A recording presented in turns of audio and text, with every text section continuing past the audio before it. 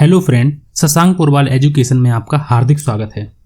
आज की क्लास में हम लोग एक नई क्लास को लेकर आए हैं आप लोगों के लिए। और आज की क्लास में हम लोग बात करने वाले हैं क्लास 9th की। हम लोग बात करने वाले हैं और क्लास 9th में हम लोग बात करेंगे साइंस की। और साइंस में मतलब हम लोग बात करेंगे कि विज्ञान जो है, विज्ञान सब्जेक्ट को हम लोग अच्छी तरीके से पढ़ने वाले हैं कि विज्ञान में जो है जो भी चैप्टर हैं, जितने भी चैप्टर हैं, हम लोग एक एक चीज़ को आप लोगों को करने वाले हैं। और जो भी करेंगे ना तो वो सारा का सारा हम लोग NCERT बेस्ड करेंगे, NCERT को ध्यान में रखते हुए। और यूपी के हम लोग यूपी बोर्ड को एग्जाम को ध्यान में रखते हुए हम लोग उनकी बात करने वाले हैं। क्योंकि हम लोगों को 9th में अगर हम लोग अच्छी तरीके से तैयारी कर लेते हैं तो हम लोगों का जो है हाई स्कूल में उतनी ही अच्छी, हम लोगों को कम मेहनत करनी पड़ेगी और उतने ही अच्छे मार्क्स हम लोगों को देखने को मिलेंगे, उतनी ही ज़्यादा प्रतिशत हम लोगों को देखने को मिलेगी। तो चैप्टर नंबर हम लोग 1 की बात करने वाले हैं। चैप्टर नंबर 1 की बात करने वाले हैं, हमारे आसपास के पदार्थ के बारे में हम लोग पढ़ने वाले हैं। और हम लोग सिलेबस के अकॉर्डिंग ही सारी बातें करेंगे। और जो प्रीवियस ईयर क्लासों में, जो प्रीवियस ईयर एग्जामों में जो क्वेश्चन पूछे गए हैं NCERT बेस्ड, उनकी हम लोग बात करेंगे। और एक एक चीज़ को आप लोगों को बताएंगे। जैसे मान लो कि पदार्थ क्या है, पंचतत्व क्या है, ये सारी बातें मैं आप लोगों को यहाँ पर बताने वाला हूँ।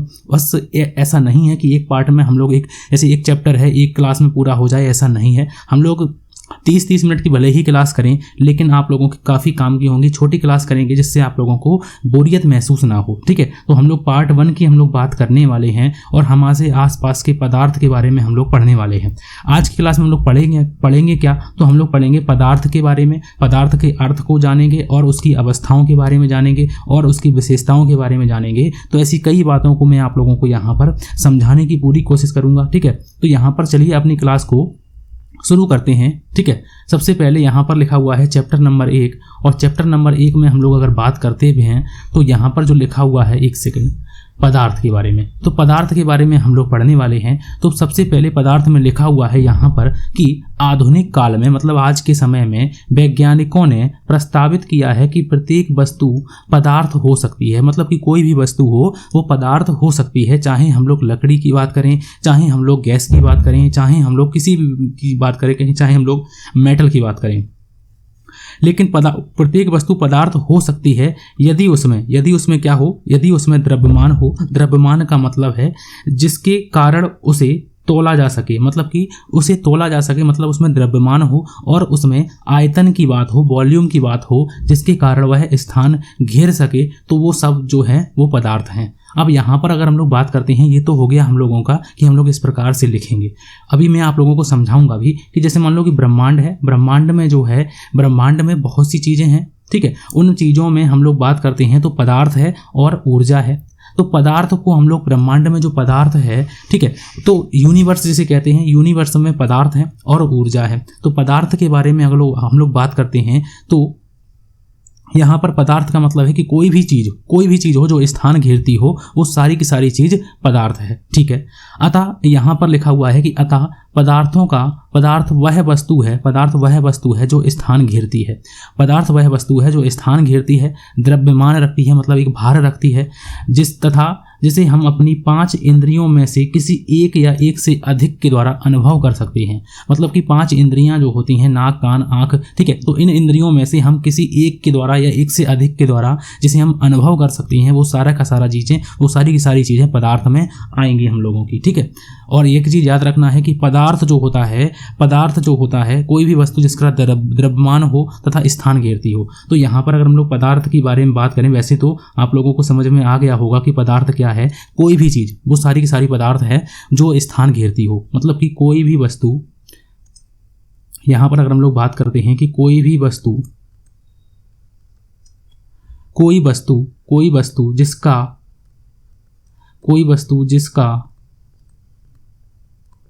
जिसका द्रव्यमान हो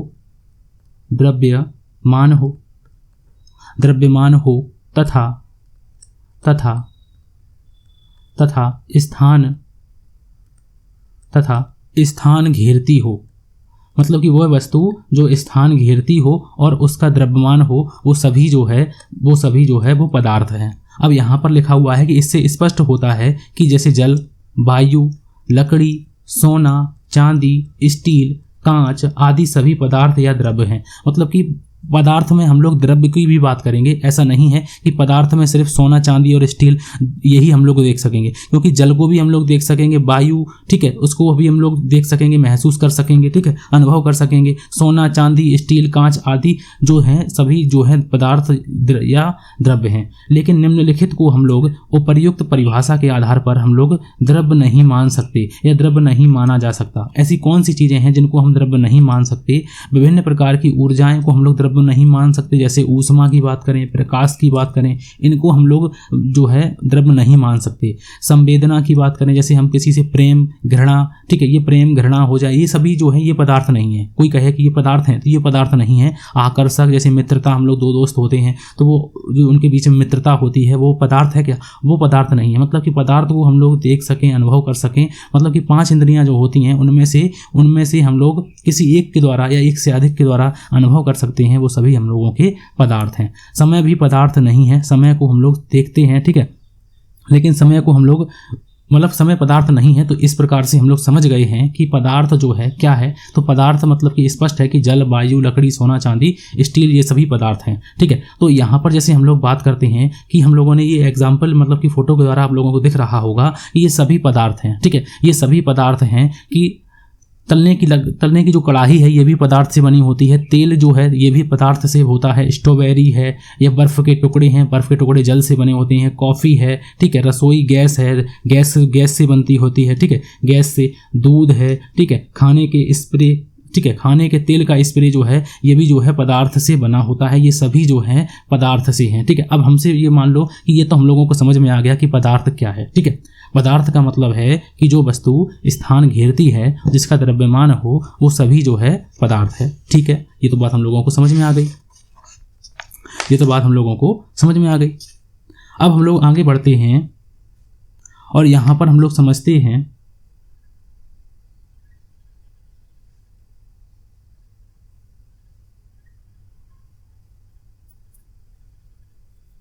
ठीक है। तो यह तो हम लोगों को समझ में आ गया, ठीक है। आगे कई एग्जाम्पल हैं ऐसे जो हम लोग समझेंगे, ठीक है।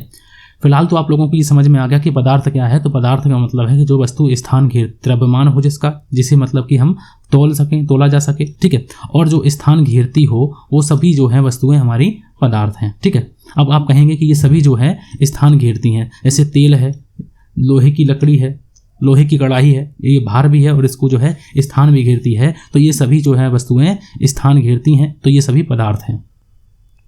अब हम लोग पढ़ते हैं कि द्रव्यमान क्या है। द्रव्यमान में कई बार ये क्वेश्चन जो है फिजिक्स में आप लोगों से, भौतिक विज्ञान जब हम लोग पढ़ते हैं, ठीक है, आगे जाके आप लोग अलग अलग पढ़ेंगे, अलग अलग विज्ञानों को पढ़ेंगे। फिलहाल तो आप लोगों को एक ही प्रकार की विज्ञान पढ़नी है, ठीक है, उसी में जो है सभी चीज़ें आती हैं। तो यहाँ पर हम लोग अगर बात करते हैं द्रव्यमान की, द्रव्यमान का मतलब है मास। मास मतलब कि किसी वस्तु में पदार्थ की मात्रा को ही द्रव्यमान कहते हैं। किसी वस्तु में पदार्थ की मात्रा को ही हम लोग द्रव्यमान कहते हैं। अंतर्राष्ट्रीय पद्धति में द्रव्यमान का जो मात्रक है वो क्या है? किलोग्राम है, क्योंकि वस्तु को हम लोग मापते किससे हैं? द्रव्यमान का मतलब है वजन से, और वजन को हम लोग मापते किससे हैं? किलोग्राम से, केजी में, ठीक है। तो हम वस्तु की मात्रा को जो है, जैसे मान लो 1 किलो 2 किलो, तो ये वस्तु की मात्रा है और यही उसका द्रव्यमान है, द्रव्यमान, ठीक है। तो यहाँ पर लिखा हुआ है कि अंतर्राष्ट्रीय पद्धति एसआई पद्धति में, ठीक है, आयतन का मात्रक जो है घन मीटर है, और आयतन मापने का सामान्य मात्रक जो है वो क्या होता है? आयतन मापने का सामान्य मात्रक लीटर होता है। 1 लीटर बराबर क्या होता है? 1 लीटर बराबर 1 डेसी मिलीमीटर होता है, ठीक है। और 1 लीटर बराबर होता है 1000 मिलीलीटर, और 1000 लीटर बराबर होता है 1000 सेंटीमीटर, ठीक है। तो यहाँ पर जो है हम लोगों को समझ में आ गया है। ये आप लोगों को अभी काम का नहीं है, जब हम लोग आगे बढ़ेंगे ये फिलहाल आपकी काम का नहीं है, ठीक है। कोई बात नहीं, इसको आप लोग समझ में नहीं आता है तो कोई बात नहीं, इसको अभी यहाँ पर स्किप कर दीजिए, ठीक है। अब यहाँ पर लिखा हुआ है कि आधुनिक वैज्ञानिकों ने पदार्थ के भौतिक गुणधर्म और उनकी रासायनिक प्रकृति के आधार पर उनका 2 प्रकार से वर्गीकरण किया है।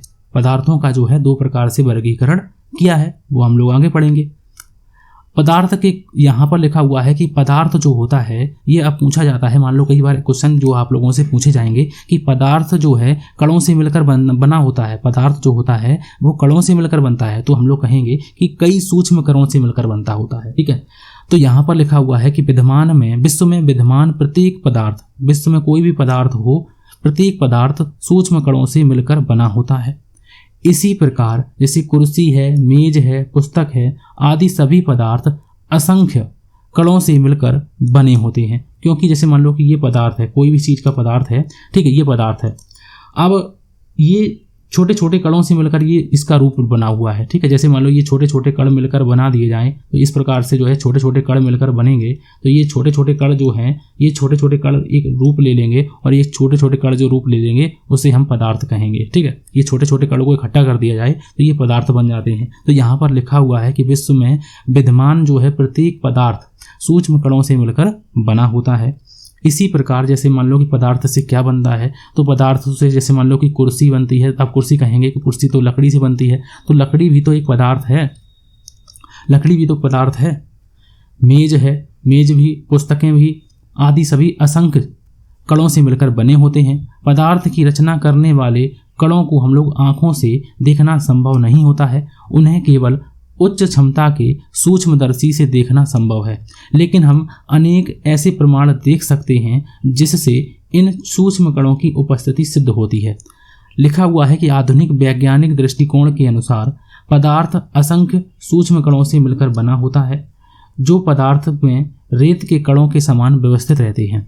इन कणों के मध्य रिक्त स्थान उपस्थित होते हैं। मतलब कि कोई भी कण हो, जैसे हम लोग जैसे मान लो कि एक, अभी मैं आप लोगों को एग्जांपल भी दिखाऊंगा। एक हम लोग गिलास लेते हैं और एक गिलास, मान लो कि एक गिलास में हम लोग यहाँ पर पानी रखते हैं आधा गिलास, और आधे गिलास में अगर हम लोग उसमें चीनी डालते हैं, 1 चम्मच चीनी डाल देते हैं, 1 चम्मच, तो उस चीनी को घोल देते हैं, तो वो चीनी जो है एक तरीके से पानी में गायब हो जाती है। अब गायब तो तभी होती है जब यहाँ पर कोई, जैसे मान लो कि सूक्ष्म कण यहाँ पर, ये मान लो, ये देखो, ये मान लो कि ये हम लोगों का एक गिलास है, एक बीकर है, उसमें हम लोगों ने पानी ले लिया है, इसमें जो है ये पानी ले लिया है। पानी के जो पदार्थ है, पानी जो है वो छोटे छोटे कणों से मिलकर बना होता है, छोटे छोटे कणों से मिलकर बना होता है। ये हम लोगों ने पानी ले लिया है। अब इस पानी में इन कणों के बीच में छोटी छोटी रिक्त स्थान होते हैं, तो उन्हीं पर जो आपने चीनी डाली है वो घुर कर, मतलब कि चीनी भी एक पदार्थ से बनी होती है, तो यहाँ पर जो है चीनी मान लो यहाँ पर जो है इन स्थानों में जाकर समाहित हो जाती है। तभी तो है, अगर मान लो हमने चीनी डाली है तो गिलास का आयतन बढ़ाना चाहिए था। गिलास का पानी पहले यहाँ तक था, लेकिन यहाँ तक हो जाना चाहिए था अगर हमने चीनी डाली है, क्योंकि चीनी डाली है तो इसका जो है गिलास का जो है जो जल है वो बढ़ जाना चाहिए था, क्योंकि चीनी और जल मिलके बढ़ जाना चाहिए था, लेकिन यहाँ पर बढ़ा नहीं, यहाँ मतलब कि जल यहीं तक है। तो इस प्रकार से हम लोग बता सकते हैं कि जो जल में छोटे छोटे कण जल जो है वो छोटे छोटे कणों से मिलकर बना होता है, लेकिन उसमें जो है कई छोटे छोटे मतलब कि जो है रिक्त स्थान होते हैं। उन्हीं रिक्त स्थानों पर ये जो पदार्थ जाते हैं, जो हम लोग अलग से डालते हैं, वो इसमें समाहित हो जाते हैं, और वो हम लोगों को ये बात निश्चित है कि इनमें छोटे छोटे जो है रिक्त स्थान होते हैं।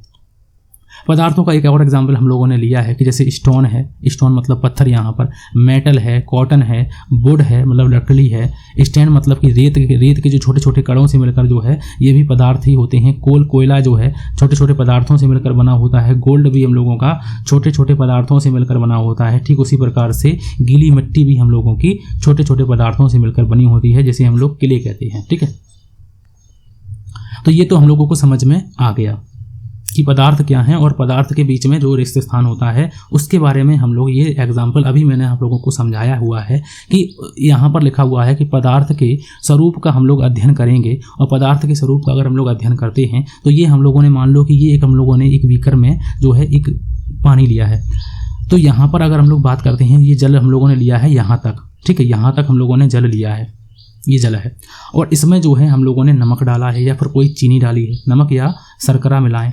अब नमक या शर्करा मिलाएं और इसको हम लोगों ने जल को, और इसमें हम लोगों ने घोल को, लिक्विड को मिला दिया। यहाँ पर ये हम लोगों ने इसमें जो है कुछ भी नमक या डाला या चीनी डाली, लेकिन इसका जो है जल का जो है आयतन बढ़ाना चाहिए था अगर हमने कोई चीज़ डाली है, लेकिन जो है इसका जो है जल स्तर वही है जो है। तो इस प्रकार से हम लोग बता सकते हैं कि ये जो है आप लोगों ने देखा होगा कि यहाँ पर जो है, यहाँ पर अभी देखो ध्यान से कि यहाँ पर जल है, और इन बीच में जो है ये छोटे छोटे जो छेद आप लोगों को दिख रही है, ये यहाँ पर जो है ये शर्करा या फिर चीनी यहाँ पर जो है मिल गई आकर।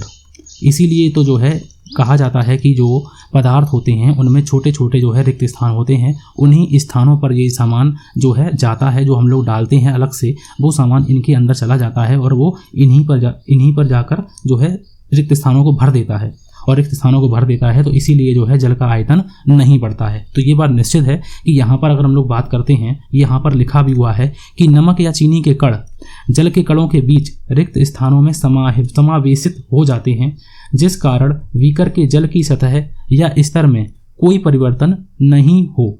इस क्रियाकलाप से स्पष्ट होता है कि जल और चीनी दोनों ही सूक्ष्म कप मिलकर बने होते हैं, जिनके बीच रिक्त स्थान होता है। अगर पूछा जाए कि पदार्थ के कणों के बीच में रिक्त स्थान होता है तो हम लोग कहेंगे कि रिक्त स्थान होता है और एक एग्जाम्पल हम लोग ये लिख देंगे।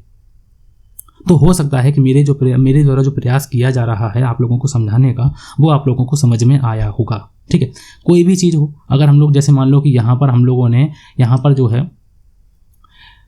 जो है मान लो हम लोगों ने क्या डाल दिया, मान लो ये हम लोगों का जल है। ठीक है, अब जल है, ये जल है हम लोगों का, और इसमें जो है हम लोगों ने छोटे छोटे करके हम लोगों ने पत्थर डाले हैं, छोटे छोटे करके हम लोगों ने ये पत्थर यहाँ पर डाल दिए हैं। तो यहाँ पर देखते हैं हम लोग कि जल का जो है जल ऊपर आ जाता है, जल ऊपर आ जाता है। तो ये क्यों आ जाता है? क्योंकि यहाँ पर पत्थर में और जल में आपस में जो है इसको जो है मतलब कि आपस में जो है रिक्त स्थानों पर इसमें पूर्ति नहीं की गई है। लेकिन यहाँ पर अगर हम लोग नमक डालते हैं तो नमक घुल जाएगा, और घुलने के बाद आप कहेंगे कि नमक कहाँ चला गया, नमक कहाँ चला गया। तो नमक कहीं जाता नहीं है, नमक जो है जल के जो छोटे छोटे जो रिक्त स्थान होते हैं उन पर नमक जाकर जला जाता है। तो इस प्रकार से हम लोग समझ सकते हैं कि आप लोग समझ गए होंगे कि इस प्रकार से जो है रिक्त स्थान होते हैं। तो पदार्थों के स्वरूप का हम लोगों ने अध्ययन किया है। ठीक है, ये बात हम लोगों को समझ में आ गई। अब पदार्थ के ये कण कितने छोटे होते हैं, तो ये इतने छोटे होते हैं कि ये हम लोगों को आंखों से दिखाई नहीं देंगे, क्योंकि आप कहेंगे कि ये कण तो हमें दिखाई नहीं देंगे, क्योंकि पानी हमें बिल्कुल एक जैसा दिखाई देता है। ये छोटे छोटे कण तो हमें दिखाई नहीं देते, किसी भी चीज़ के कण आप लोगों को नहीं दिखाई देंगे। वो हम लोगों को, ये देखो लिखा हुआ है कि पदार्थ असंख्य सूक्ष्म कणों से मिलकर बना होता है, यह बना है। इन सूक्ष्म कणों का आकार अकल्पनीय का मतलब है कि अनइमेजिनेबल, मतलब कि हम इसे इमेजिनेबल नहीं कर सकते, इन्हें हम देख नहीं सकते। इन्हें उच्च क्षमता के सूक्ष्मदर्शी से देख पाना संभव नहीं है। यहाँ पर नहीं होना चाहिए था, मतलब कि इन्हें हम उच्च क्षमता के सूक्ष्मदर्शी से देख सकते हैं, ये लिखा होना चाहिए था। यहाँ पर हम लोग देख सकते हैं।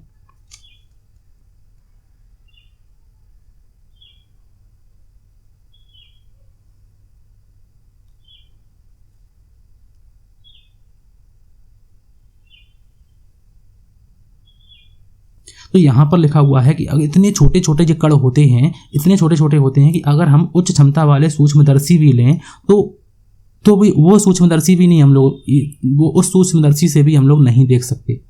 ये इतने छोटे छोटे कण होते हैं। तो यहाँ पर आप लोगों को क्वेश्चन का आंसर मिल गया होगा कि अगर कोई पूछे हम लोगों से एग्जाम में कि पदार्थ के ये कण कितने छोटे होते हैं, मतलब कि आप लोगों ने, ये तो मैंने आप लोगों को बताया कि पदार्थ जो है छोटे छोटे कणों से मिलकर बना होता है, उन कणों के बीच में रिक्त स्थान होता है। अब आप कहेंगे कि पदार्थ के ये कण कितने छोटे होते हैं, तो इतने छोटे होते हैं कि उन्हें हम लोग देख नहीं सकते और उन्हें उच्च क्षमता के सूक्ष्मदर्शी से देख पाना भी संभव नहीं है। तो यहाँ पर हम लोगों को ये बात समझ में आई। अब हम लोग आगे बढ़ते हैं और लिखा हुआ है कि पदार्थों के कणों के बीच रिक्त स्थान होता है। अभी मैंने आप लोगों को कहा और बताया कि पदार्थों के जो कण होते हैं उनके बीच में रिक्त स्थान होता है। तभी तो आप लिक्विड में कोई चीज़ मिलाते हैं, जब हम लोग शिकंजी बनाते हैं, जब हम लोग नींबू पानी का घोल बनाते हैं, तो नींबू को अगर हम लोग डालते हैं तो नींबू को डालने से पानी का स्तर बढ़ता जाना चाहिए, लेकिन नींबू और पानी आपस में मिल जाते हैं, एक जैसे हो जाते हैं। तो इस प्रकार से हम कह सकते हैं कि नींबू जो है जल में मिल गया है। नींबू के कण और जल के कण आपस में एक दूसरे मिल गए हैं, तो कहीं ना कहीं मिले हैं, तो कहीं ना कहीं तो जगह होगी, कहीं नहीं कहीं तो जगह होगी, तभी तो मिल गए आपस में। अगर जगह नहीं होती तो वो अलग अलग होते। ठीक है, जैसे हम लोग देखते हैं कि जब हम लोग पानी में जो है तेल डालते हैं तो तेल नहीं मिलता है, देखना डाल के आप लोग। तो यहाँ पर लिखा हुआ है कि पदार्थ में कण रेत के कणों की तरह वितरित हो रहते हैं। यदि हम रेत को देखें तो हमें स्पष्ट रूप से ज्ञात हो जाता है कि रेत के कणों के मध्य कुछ रिक्त स्थान रहता है। इसी प्रकार प्रत्येक पदार्थ में कणों के मध्य रिक्त स्थान उपस्थित होते हैं। जैसे चाय हम लोग बनाते हैं, कॉफ़ी, नींबू पानी, शरबत बनाते हैं आदि बनाते समय हम देख सकते हैं कि संपूर्ण रूप से घुलने वाले पदार्थों को घोलने से जल के स्तर में कोई परिवर्तन नहीं होता है। मतलब कि जैसे मान लो हम लोगों ने यहाँ पर फिर से समझ लेते हैं कि ये हम लोगों ने जल लिया है, ये जल हम लोगों ने इतना आधा जो है जल भरा है। अगर हम इसमें जो है घुलने वाले पदार्थ डालें, कोई भी घुलने वाला पदार्थ डालिए, तो आप लोगों ने मान लो इसमें नींबू डाला है, क्या डाला है, नींबू को हम लोगों ने इसमें यहाँ पर डाला है, तो नींबू जो है यहाँ पर जो है इसका स्तर यहाँ पर बढ़ जाना चाहिए था।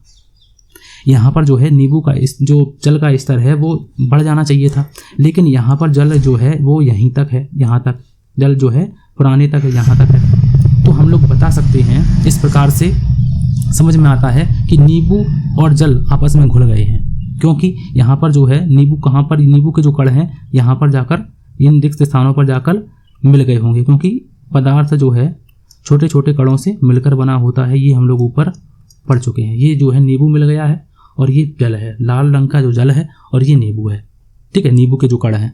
तो इस प्रकार से जो है अतः स्पष्ट है कि पदार्थों के कणों के मध्य पर्याप्त रिक्त स्थान होते हैं जिसमें अन्य पदार्थों के कण समावेशित हो सकते हैं। तो मतलब अन्य पदार्थों के जो है कण समावेशित हो सकते हैं।